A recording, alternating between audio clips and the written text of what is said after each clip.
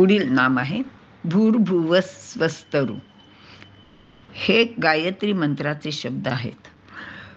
पृथ्वी, अंतरिक्ष, स्वर्ग, त्रिलोकी सृष्टी आहे जी आपल्यासमोर पसरलेली आहे. तर भू म्हणजे पृथ्वी, भुवाहा म्हणजे अंतरिक्ष आणि स्वाहा म्हणजे स्वर्ग. तर स्वर्ग सर्वात वरील भाग आहे. यामध्ये अनेक नक्षत्र आणि ताऱ्यांचा समावेश आहे. त्यालाच स्वर्ग असे म्हटले आहे. हे 3 हिस्से ब्रह्मांडाचे आहेत. ते आपल्या पिंडातही आहेत. भू म्हणजे शरीर किंवा देह. भुवाहाचा अर्थ आहे प्राण म्हणजेच अंतरिक्ष आणि स्वाहा म्हणजे मन. भूर्भुव स्वाहा हे 3 शब्द स्थूल शब्द सूक्ष्म अर्थाने घेतलेले आहेत. म्हणजे देह, प्राण आणि मन या तिन्हीचे ते निदर्शक आहेत. देह, प्राण आणि मन हे अंतरात्म्याचे निकटचे अंश आहेत आणि सृष्टीत पृथ्वी, अंतरिक्ष आणि स्वर्ग हे 3 अंश आहेत. असे पिंड आणि ब्रह्मांड या दोहोंना ध्यानात ठेवून भूः भुवाहा स्वाहाचे हे अर्थ आहेत. परंतु अंतरात्म्याचे चिंतन करण्यासाठी देह, प्राण आणि मन हेच अर्थ घेतले जावेत असं आपल्याला विनोबाजी सांगतात. पुढील नाम आहे तारहा. भगवंत उद्धरून नेणारा, तारणारा असल्याने तो तार आहे. पुढील नाम आहे सपिता किंवा सविता. सपिता असे जर म्हटले तर हा शब्द आपल्याला सर्वांना जोडणारा आहे.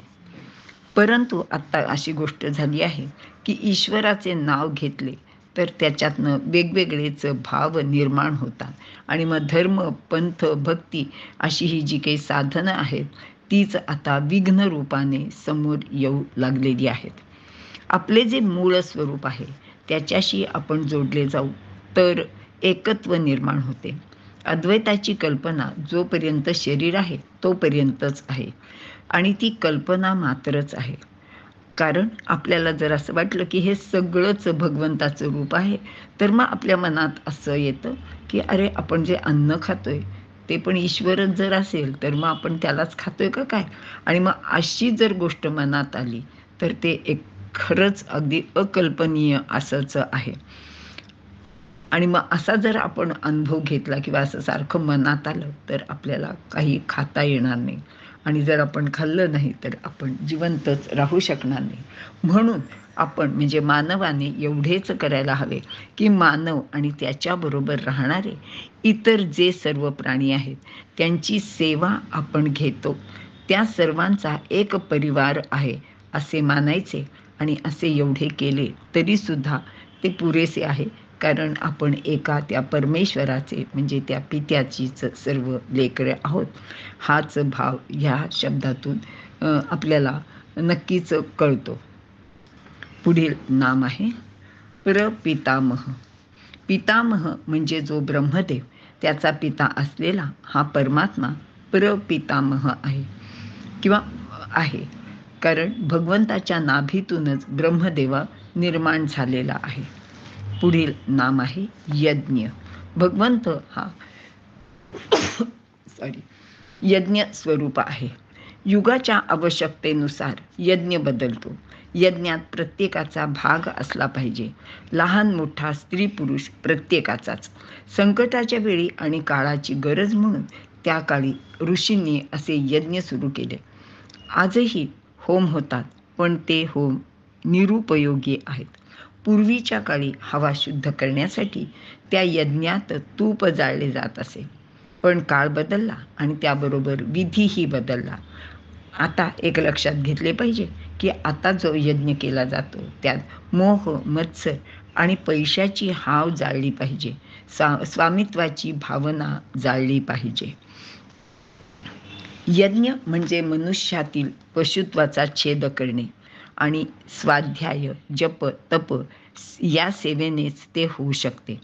यज्ञ म्हणजे कोणत्याही पशुची हत्या नाही. तर यज्ञ म्हणजे यज्ञ याचा अर्थ आहे की समाजसेवेसाठी जो त्याग करायचा तो त्याग म्हणजेच यज्ञ आहे.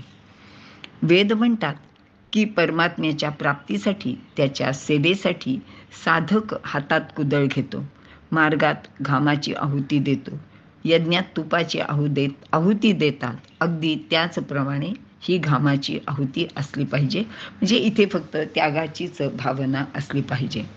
यज्ञात पूज्य भाव, त्याग आणि नूतन उत्पत्तीचा भाव गृहीत धरलेला आहे.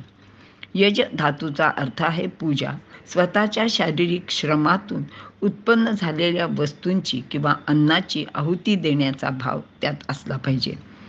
नवीन वस्तू किंवा अन्न निर्माण करण्याची कल्पनाही त्यात आहे. शरीर परिश्रमावर जोर आहे, कारण या श्रमानेच शरीरातील चरबी जळते आणि ती सुद्धा एक प्रकारची आहुतीच आहे.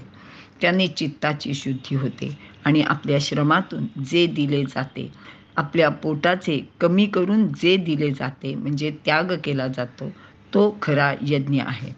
मनुष्य जीवनच एक यज्ञ आहे. माणसाचे जीवन जितके पवित्र होईल, साधारण तितकेच तो दीर्घायू होईल. जीवन यज्ञाने सत्य, अहिंसा, रुजुता आदीची प्राप्ती होते, असे विचार आपल्याला विनोबाजींनी सांगितलेले आहेत. पुढील नाम आहे यज्ञपती. भगवंतच सर्व यज्ञांचा पालक किंवा स्वामी आहे, म्हणून तो यज्ञपती आहे. आणि भगवंत पुढे सांगतात की या सर्व यज्ञांचा भोक्ता किंवा प्रभू मीच आहे, म्हणून त्याचे नाव यज्ञपती असे आहे. यज्वा, यज्ञ करणारा यजमानही भगवंतच आहे. पुढील नाम आहे यज्ञांग. यज्ञ वराह भगवंताचे अंग आहे, म्हणून तो यज्ञांग या नावाने प्रसिद्ध आहे.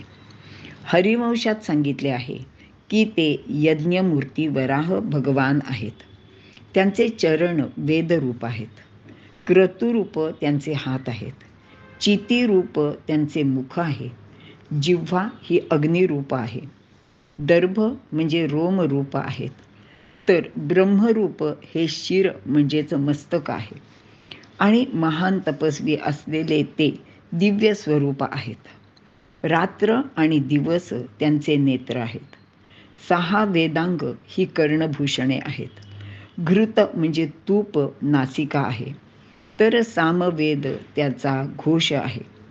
भगवंत महान धर्मरूप, सत्य आणि ऐश्वर्य संपन्न आहेत. क्रम विक्रम रूप सत्क्रिया करणारे आहेत. नखे ही प्रायश्चित्त रूप आहेत. तर गुडघे यज्ञ पशुरूप आहेत. ते महाभुजा असलेले आहेत. उद्गाता ही त्यांची आरती आहे. होम हे त्यांचे लिंग आहे. तर बीज आणि औषधी हे महान फलस्वरूप आहेत. वायू अंतरात्मा आहे. मंत्र हे त्वचा आहेत. तर सोमरस हे रक्त आहे. भगवंताचा क्रम विशेष आहे. यज्ञवेदी त्यांचे खांदे आहेत. हवी हे त्यांचे गंध आहे. तसेच भगवंत रूप हव्य कव्य रूप अत्यंत वेगवान आहेत. ते खूप तेजस्वी आहेत. विविध प्रकारच्या दीक्षांनी त्यांची पूजा केली जाते. ते महासत्रमय, महायोगी, दक्षिणारूप हृदयवाले आहेत. विविध प्रकारचे छंदाद्वारे त्यांचे जवळ जाता येते. त्यांचे स्वरूप अतिगुह्य आहे. ते मेरू पर्वताप्रमाणे उंच असणारे वराह रूप भगवान छायारूपाने आपल्या पत्नीसह विराजमान आहेत. पुढील नाम आहे यज्ञ वाहन. यज्ञ हेच भगवंताचे वाहन आहे. यज्ञ हे भगवंताच्या प्राप्तीचे साधनही आहे. वरील यज्ञांग या नामाची माहिती शंकर भाष्य हिंदी अनुवादातनं घेतलेली आहे. कृपया याची सर्वांनी नोंद घ्यावी. पुढील नाम आहे यज्ञभृत. भगवंत यज्ञाचे धारण करणारे आहेत. तसेच ते यज्ञाचे रक्षण करणारेही आहेत. यज्ञकृत. भगवंत जगाच्या आरंभापासून अंतापर्यंत यज्ञ करणारे आहेत, म्हणूनच त्यांना यज्ञकृत असे म्हटले जाते. यज्ञी, यज्ञाची पूर्तता करणारेही भगवंतच आहेत.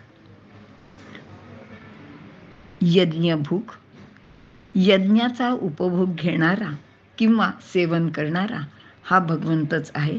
तसेच तो यज्ञाचे रक्षण सुद्धा करतो. यज्ञ म्हणजे भजन, यज्ञ म्हणजे यजन, उपासना. जेवढ्या काही उपासना आहेत त्या सर्वांचा भोगता हा भगवंतच आहे. पुढील नाम आहे यज्ञ साधन. यज्ञाची साधने म्हणजे समिधा, आज्य, शिरुक, श्रुवा इत्यादी सर्व त्याचेच स्वरूप आहे. किंवा ईश्वर प्राप्तीसाठी यज्ञ हेच साधनभूत आहे. यज्ञांतकृत, यज्ञाची समाप्ती करणारा असा हा भगवंत आहे. आणि असेही सांगितलं जातं की कोणतेही काम जर करायचे असेल तर ते समाप्त करणं, सुरू करणं हे भगवंतच करतो. आणि इथे अजून एक असं सांगितलं जातं, अर्थात ही पुराणातली गोष्ट आहे, की दक्षाने यज्ञ केला होता आणि त्या यज्ञाला त्यांनी शंकर आणि पार्वतीला बोलवलं नव्हतं. पण दक्ष हा पार्वतीचा पिता आहे आणि ती म्हटली की पित्याकडे बोलवण्याची गरज नाही. आणि ती न बोलवता तिथे गेल्यानंतर त्या दक्षाने भगवान शंकरांचा आणि त्या पार्वतीचा म्हणजे सतीचा खूप अपमान केला. आणि तो अपमान सहन न होऊन सतीने यज्ञात उडी टाकली आणि मग त्या यज्ञाचा विध्वंस किंवा नाश या शंकराने केलेला आहे. म्हणून शंकर म्हणजे यज्ञाची समाप्ती करणारा किंवा यज्ञाचा नाश करणारा, म्हणून तो यज्ञांतकृत असं म्हटलं जातं. यज्ञ गुह्य, गुह्य असा यज्ञ म्हणजेच निष्काम यज्ञ किंवा ज्ञानमय यज्ञ हे ज्याचे स्वरूप आहे. पुढील नाम आहे अन्न. भूतमात्रांकडून जे खाल्ले जाते व शेवटी जे भूतांचे भक्षण करते ते अन्न हे या भगवंताचेच स्वरूप आहे. विनोबाजी सांगतात की भूतांची उत्पत्ती आणि पोषण करणाऱ्या पर्जन्योद्भव या धान्यादींना अन्न असे म्हटले जाते. आणि अन्न हे वैश्वानर अग्नीने पचवले जाते. अन्नाशिवाय माणसाचे चालू शकत नाही, म्हणून प्रत्येकाने अन्नोत्पत्तीचे थोडेफार कार्य केले पाहिजे. प्राणीमात्रांचे पोषण करणारे हे अहिंसात्मक कार्य आहे. या शरीर परिश्रमात्मक कर्माने शरीर मजबूत होते. निरीक्षण, परीक्षण शक्ती, विवेकशक्ती, तर्कशक्ती आदी बुद्धीच्या सर्व शक्तीसुद्धा अन्नभक्षणाने वाढतात आणि त्यानेच इंद्रिय संयमातही मदत होते. आणि अन्न जर विपुल प्रमाणात नसेल तर माणसे आपापसात अन्नासाठी लढायला लागतील. समाजात विरोध उत्पन्न होईल आणि मग प्रेम, दया, करुणा आदी सद्गुण संपुष्टात येतील. आणि या दैवी संपत्तीचे सद्गुणच जर राहिले नाहीत तर मग ब्रह्मविद्येचा पायाच उखडला जाईल. म्हणूनच आपण अन्नाला परब्रह्म असं सुद्धा म्हणतो. आणि ही ब्रह्मविद्या सुद्धा या अन्नामुळेच टिकून आहे. पुढील नाम आहे अन्नाद. अन्नाचे भक्षण करणारा.